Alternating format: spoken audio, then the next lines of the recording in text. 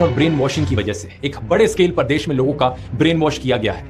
अरे हम तो फकीर आदमी हैं, झोला लेके चल पड़ेंगे जी। मित्रों, मैं बचपन में रेल के डिब्बे में चाय बेचता था। भगवान है हमारे, हम की पूजा करते हैं। 12 फरवरी 2025 को जब India got latent episode number 12 या यूं समझे कि आखिरी एपिसोड जब अपलोड होता है, जिसमें एक ऐसा जोक बोल देते हैं जिसकी वजह से इंडियन पार्लियामेंट में हाहाकार मच जाता है और जिसकी वजह से पूरे शो को बंद कर दिया जाता है इंडियन गवर्नमेंट के द्वारा। कॉमेडियन समय रैना का यूट्यूब शो बंद करने की मांग है। पर कभी आपने ऐसा सोचा है कि इंडियन पार्लियामेंट में नेताओं के बीच में जो इतनी बड़ी डिबेट होती है, वो नेता कुछ ऐसे शब्दों का प्रयोग कर लेते हैं इंडियन पार्लियामेंट में जिनकी वजह से उनके वो छोटी छोटी क्लिप आज भी ट्रेंडिंग करते हैं। ये चीज है तो जो हम लोगों ने कहा कि अगर पढ़ लेगी लड़की और वो जब शादी होगा लड़का लड़की में, तो जो पुरुष है वो तो रोज रात में जो संध्या होता है उसके साथ करता है ना। क्या उनके ऊपर कभी एक्शन नहीं लिया गया? और जैसे मोदी सरकार हमें बेवकूफ बनाती आ रही है, कभी धर्म के नाम पे तो कभी कोई नई स्कीम के बारे में या कोई न्यू फंक्शन के बारे में। पठान का बच्चा हूँ। मैं इस्लाम के खिलाफ नहीं। Fundamental values of Islam which literally means peace. कुरान को देखें तो खुदा का नूर ये दोस्तों, मैं हूँ नितिन शर्मा और आज हम बात करने वाले हैं बीजेपी के गोट लेटेंट के बारे में, जो आज पूरे विश्व में कहता फिरता है कि मैं भारत को वापस विश्व गुरु बनाऊंगा। हमारी भारत माता को जगत गुरु बनाए, हमारे भारत को विश्व गुरु के स्थान पर विराजित करें।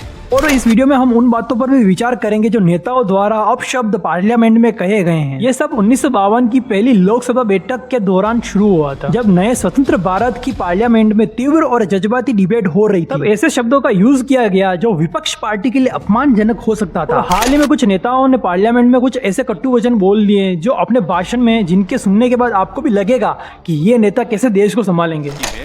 तो जो पुरुष है वो तो रोज रात में जो सदिया होता है उसके साथ करता है ना, तो उसी में और पैदा हो जाता है।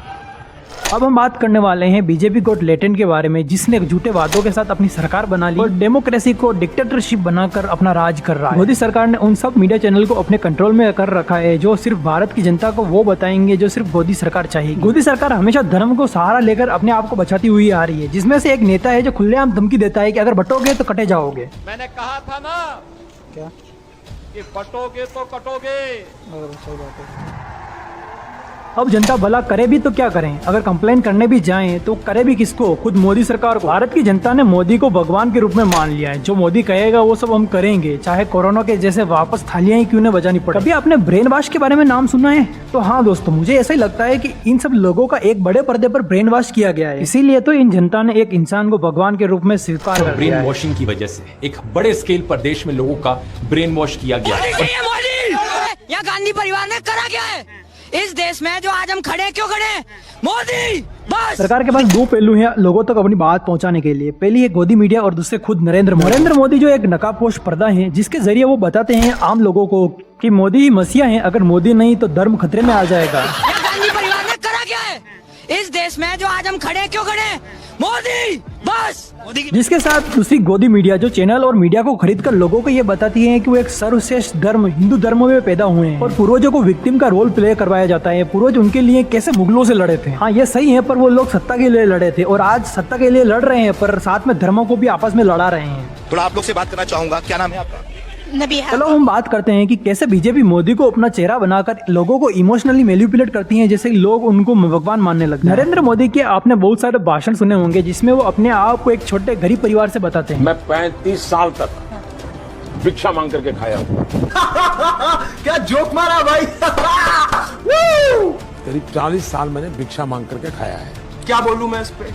पर असल में अगर हम इनके बचपन की फोटो देखें तो उन फोटो में ये सूट पहनकर बैठे हुए हैं। आखिर ऐसा कैसे हो सकता है कि जूते पहनने को ना मिले पर सूट पहनने को मिल जाए? या तो मोदी जी सच में झूठ बोल रहे हैं या अपने अतीत को छुपा रहे हैं ताकि वो लोगों को मैनिपुलेट कर सके इमोशनली और उनसे वोट बैंक भर सके अपना। एक आर्टिकल जो नीलंजन द्वारा लिखा गया, जिसमें वो पूरी तरह से एक क्लेम करते हैं कि जो ये नरेंद्र मोदी की जो स्टोरी बताते हैं, मीडिया इनको ऊपर बड़ा चढ़ाकर बताते हैं ताकि वो लोगों को इमोशनली मैनिपुलेट कर सके। मोदी जी कहते हैं कि उन्होंने चाय बेची है ट्रेन में, ये सही भी है दोस्तों, पर हमेशा चाय बेचने के लिए नरेंद्र मोदी का नंबर नहीं आता था। नरेंद्र मोदी और ये कुल मिलाकर 5 भाई बहन थे, जिसमें से जो फ्री होता था वो अपने पापा की हेल्प करने के लिए रेलवे स्टेशन पर चला जाता था। नीलंजन की इस रिपोर्ट में ये भी लिखा हुआ है कि नरेंद्र मोदी के पिता के पास इतने पैसे थे कि उनको वो आराम से स्कूल भेजा करते थे। और रही बात उस चाय के ठेले की, जो आज भी गुजरात के स्टेशन पर एक रजिस्टर्ड ठेला है। अब आपके मन में सवाल आता होगा कि आखिर लोगों ने इसे बड़ा चढ़ाकर क्यों बताया है और आखिर नरेंद्र मोदी को भगवान के रूप में क्यों मानने लगे हैं लोग। नीलंजन ने इसको एक स्पष्ट रूप से बताया है कि ताकि वो लोगों को इमोशनली मैनिपुलेट कर सके और अपने वोट बैंक को आराम से भर सकें, ताकि